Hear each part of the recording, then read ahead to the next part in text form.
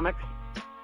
And it's on iTunes, it's on SoundCloud, and it's free. That's free as well.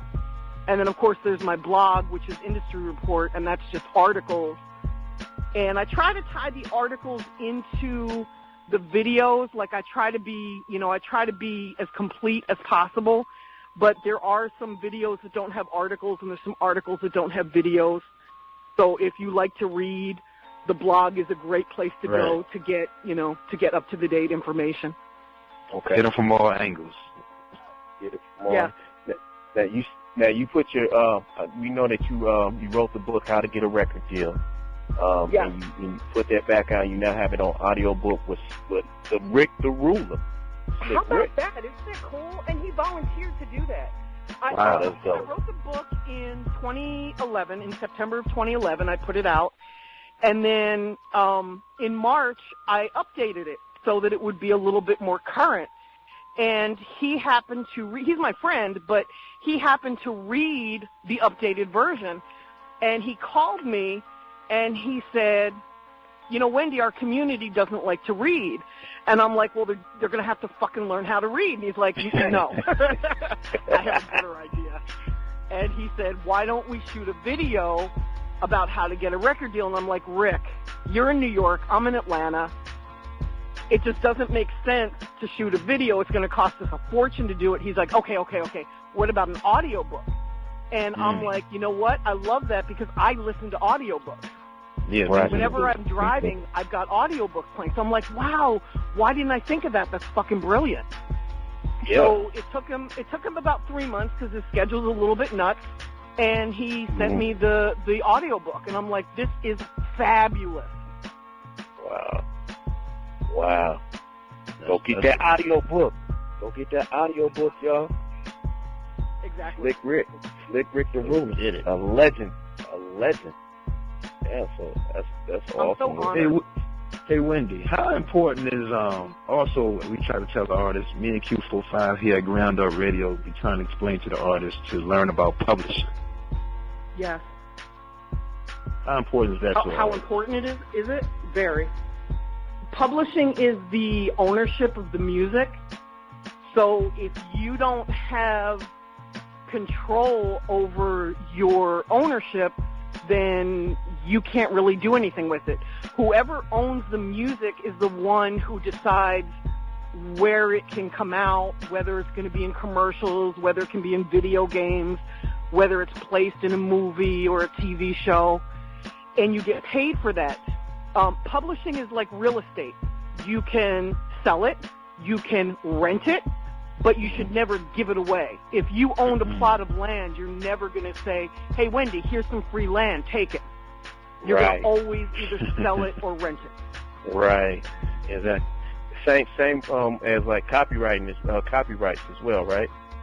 Copyright is the ownership of the words of the song. So if you've got a song that you've written, it's the proof that you own it. A copyright is a little bit different from the publishing. It's the registration with the U.S. government that says who exactly owns the song. Got it. So that's the reason Rappin' Forte was able to get a little bit of money out of Drake for his lyrics a couple years back from when Drake did that song with Lil Wayne. Was it Who You Love? Yeah.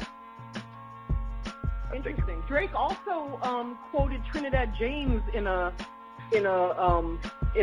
chorus or something, I believe, because I think he also gets checked. Really?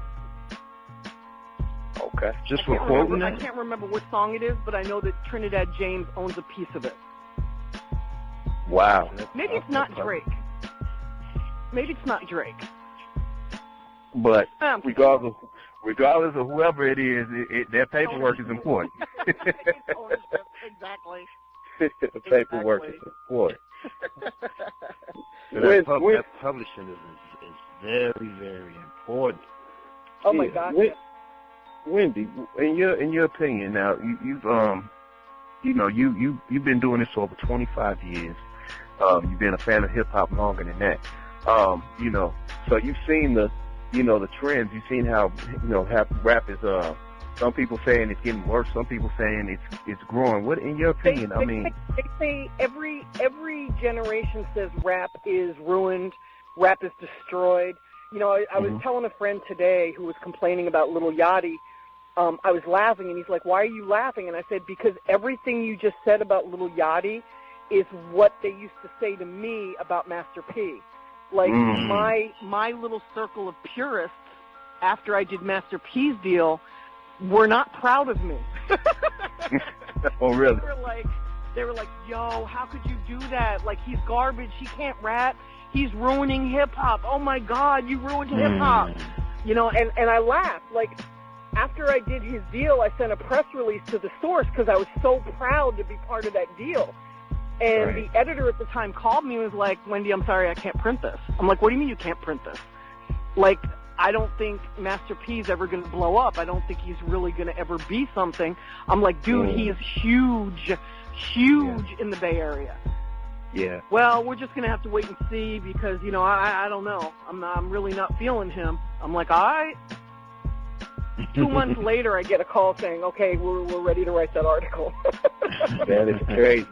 Because I remember P before, before the big, before he blew up, so to speak. I remember, I'm a Midwest guy. I remember 99 Ways to Die and the Ghetto's Trying to Kill Me and everything. And like you would definitely remember that because when I was working with Do or Die and Twista, we did a trade-off. We had Master P's team work Do or Die in the Bay Area, and then Creator's Way, our team in Chicago, worked 99 Ways to Die. We worked TRU, X's album, which I can't remember the name of. Was that Mama West Drama? Coast Ballers and Down South Hustlers. Yes, those were classics to us.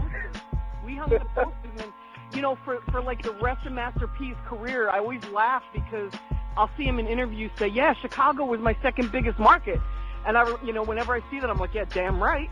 We did a lot of work in Chicago for him. We hung posters and gave out music and flyers, and I'm definitely proof.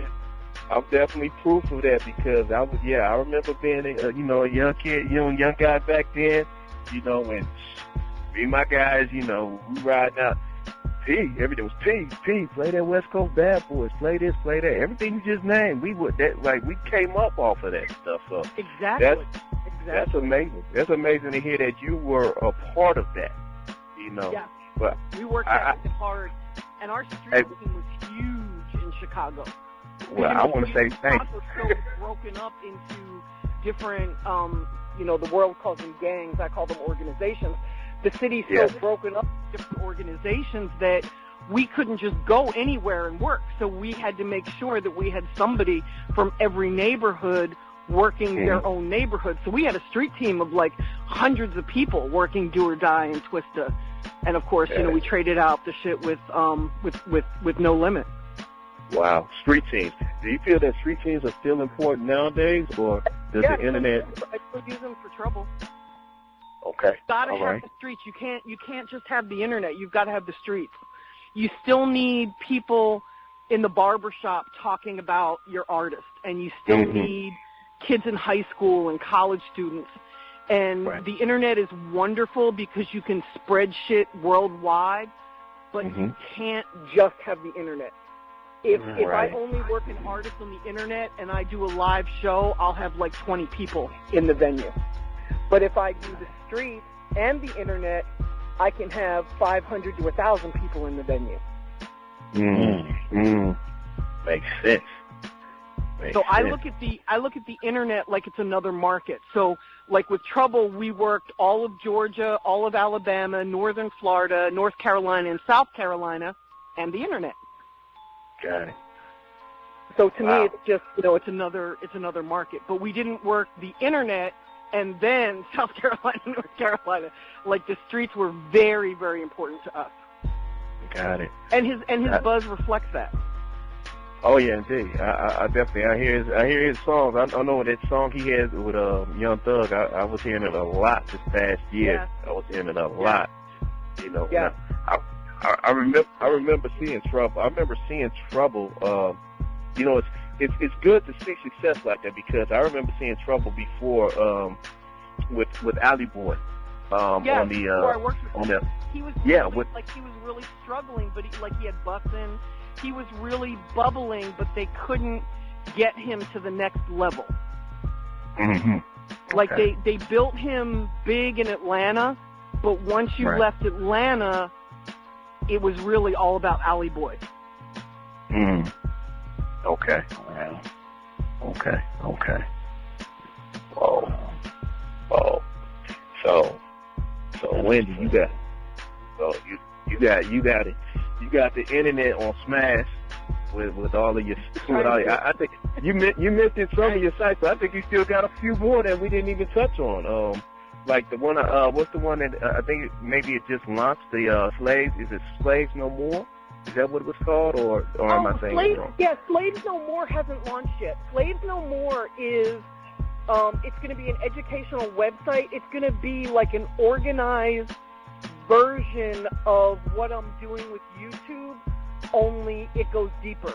For the past 3 years, I've been filming like my friends in the music business.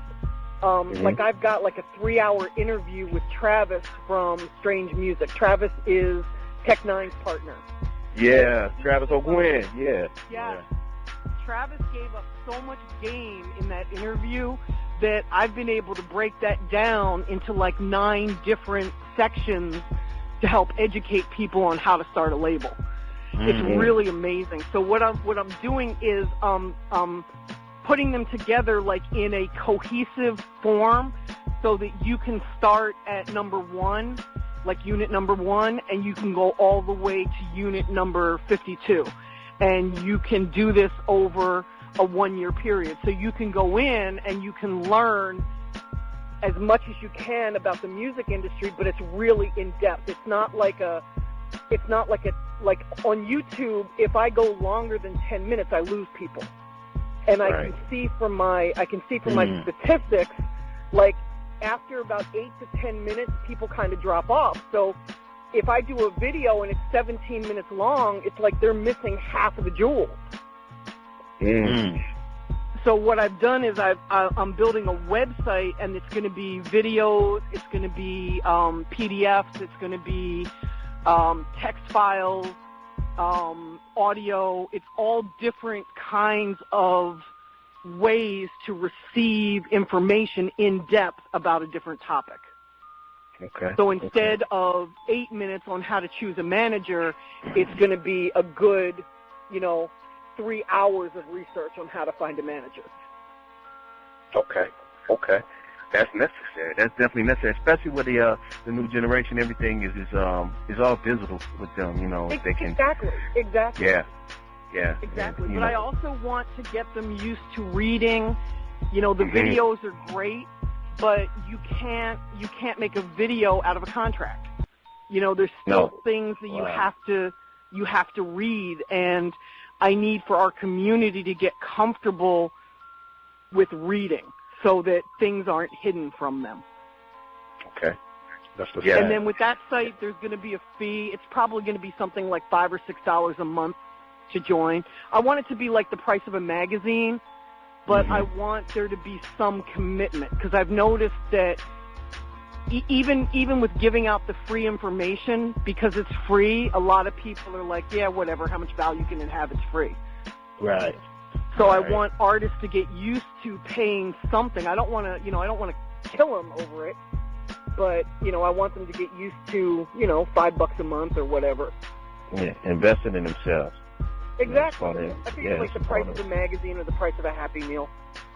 Right. A lot of guys they mess that up over a pack of cigarettes or that bag that they just blew down or whatever. You know what I mean? Exactly. I watched a guy that I work with once tell a producer that he couldn't pay him for a beat, and then as soon as he got off the phone, we were getting ready to go out, and he pulled on a brand new pair of Jordans, and I looked down at his feet, and I'm like, are they new? And he's like, yeah, man, I just got them. They dropped on Tuesday. Man, I paid $300 for these bitches. Aren't they clean? And I'm like, wow. And you just told that man you couldn't give him $100 for a beat. That part. Like, that broke my